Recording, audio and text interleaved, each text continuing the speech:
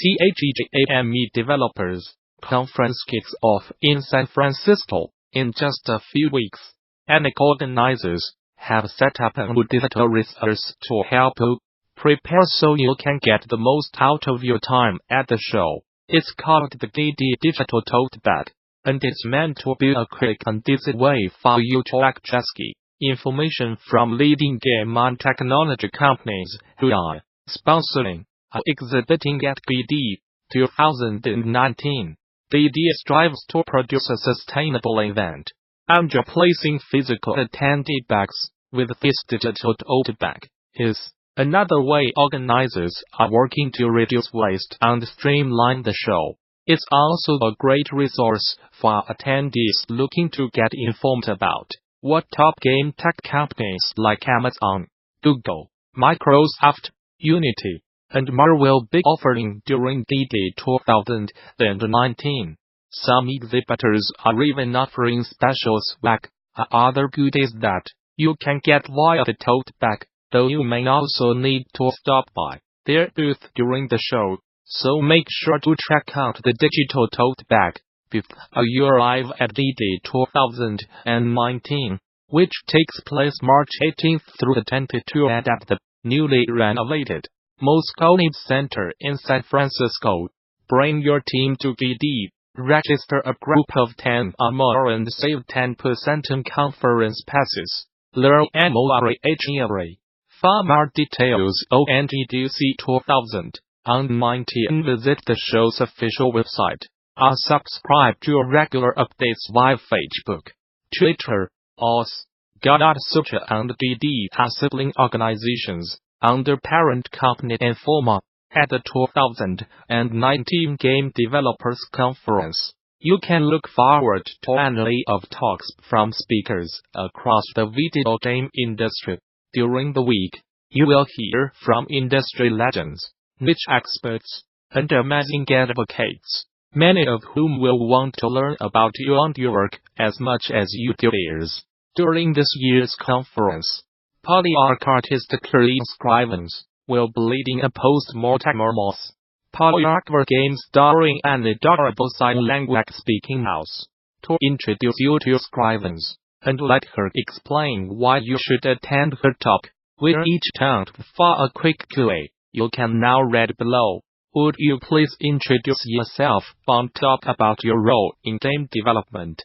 Hello, my name is Colleen Scrivens, and I started working in this industry 8 years ago. With my art background and my love of story, I became a character artist.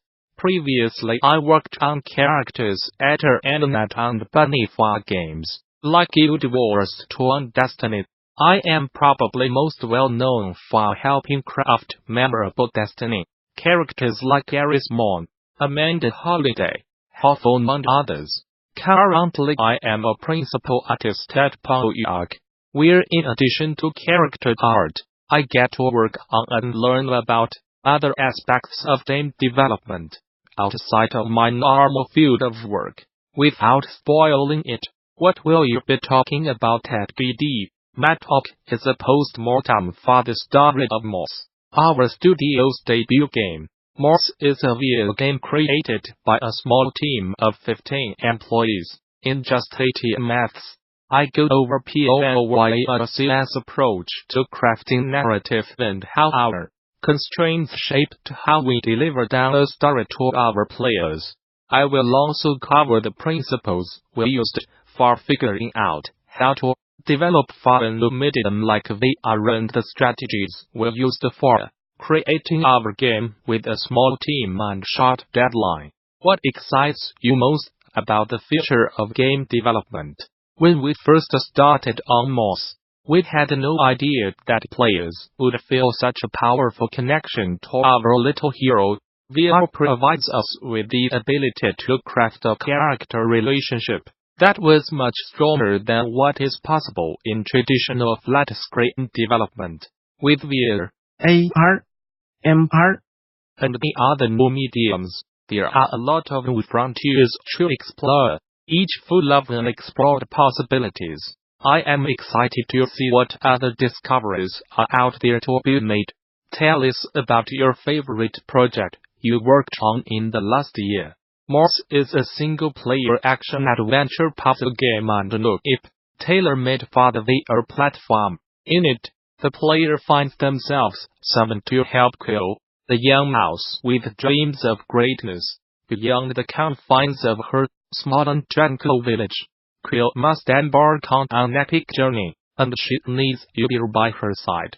Together, you will travel to forgotten realms, solve challenging puzzles, and battle menacing enemies. Alone, no one can conquer what you are up against. But united, you just may defeat even the darkest of villains. Bring your team to GDC, register a group of 10 or more and save 10% on conference passes. Learn more. For more details on GDC 2019, visit the show's official website. Or subscribe to regular updates via Facebook, Twitter, OS, Gamasutra and GDC are sibling organizations under parent company Informa. The PC hardware company NVIDIA has shaved 19% of its estimates for Q4 revenue ahead of next month's financial review, dropping the estimate from $2.7 billion to $2.2 billion. The company had, as reported by Ars Technica, already endured a dip in demand, following a decrease in cryptocurrency interest. But this latest reduction is driven primarily by lower than expected sales of its RTX line, and some amount of economic uncertainties. NVIDIA now says that sales of the RTX line were below the company's initial expectations, something that could boil down to the fact that not many released games have taken advantage of some RTX exclusive features quite yet. As pointed out by us, currently Battlefield E is the only PC game on the market that makes use of the RX ray tracing tech. These products deliver a revolutionary leap in performance and innovation with real-time ray tracing and I. But some customers may have delayed their purchase while waiting for lower price points and further demonstrations of RTX technology in actual games, explains NVIDIA CEO Jensen Huang in a letter to investors. Those aforementioned economic uncertainties hit both the consumer and data center segments of NVIDIA's usual business. As we worked through Q4, the global economy decelerated sharply, particularly in China, affecting consumer demand for NVIDIA gaming PCs, explains Huang. Later on in the letter, he notes that a handful of deals for companies that handle things like cloud computing or deep learning AI models failed to close toward the end of the quarter as customers around the world became increasingly cautious due to economic uncertainties.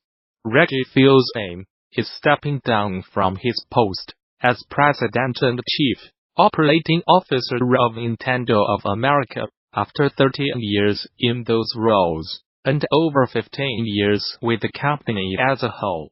Doug Bowser, the company's current senior vice president of sales and marketing, has been tapped to take over for Fils-Aime as the president of Nintendo of America, following his official retirement on April 15. Nintendo owns a part of my heart forever, said Fils-Aime in a statement.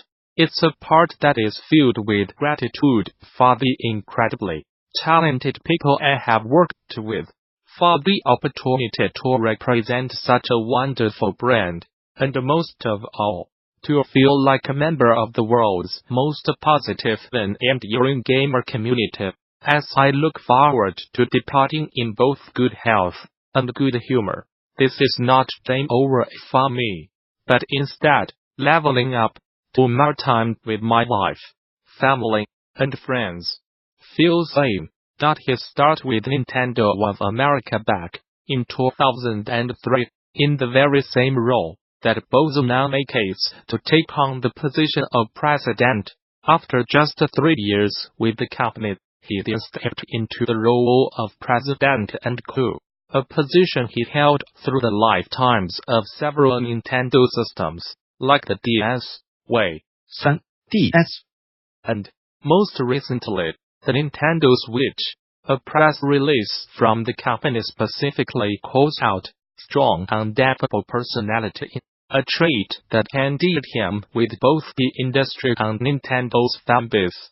Bowser, meanwhile, started with the company in mid-2015 as the VP of Sales, and, a year later, the SVP of Sales and Marketing. He notably led the company's marketing efforts. The Nintendo Switch in the West, a system that has sold over 32 million units since its early 2017 release. Ubisoft has announced that it's making changes to the controversial Assassin's Creed Odyssey DLC, which came under fire recently. This follows the apology Ubisoft issued last week regarding the DLC, which presented a mandatory in-game relationship rendering unromantic decisions the player made, whether to pursue relationships with men or women regardless of playing as Alexios or Cassandra. No, the content of the DLC was initially going to remain unchanged, but an updated forum post seems to indicate a shift in direction.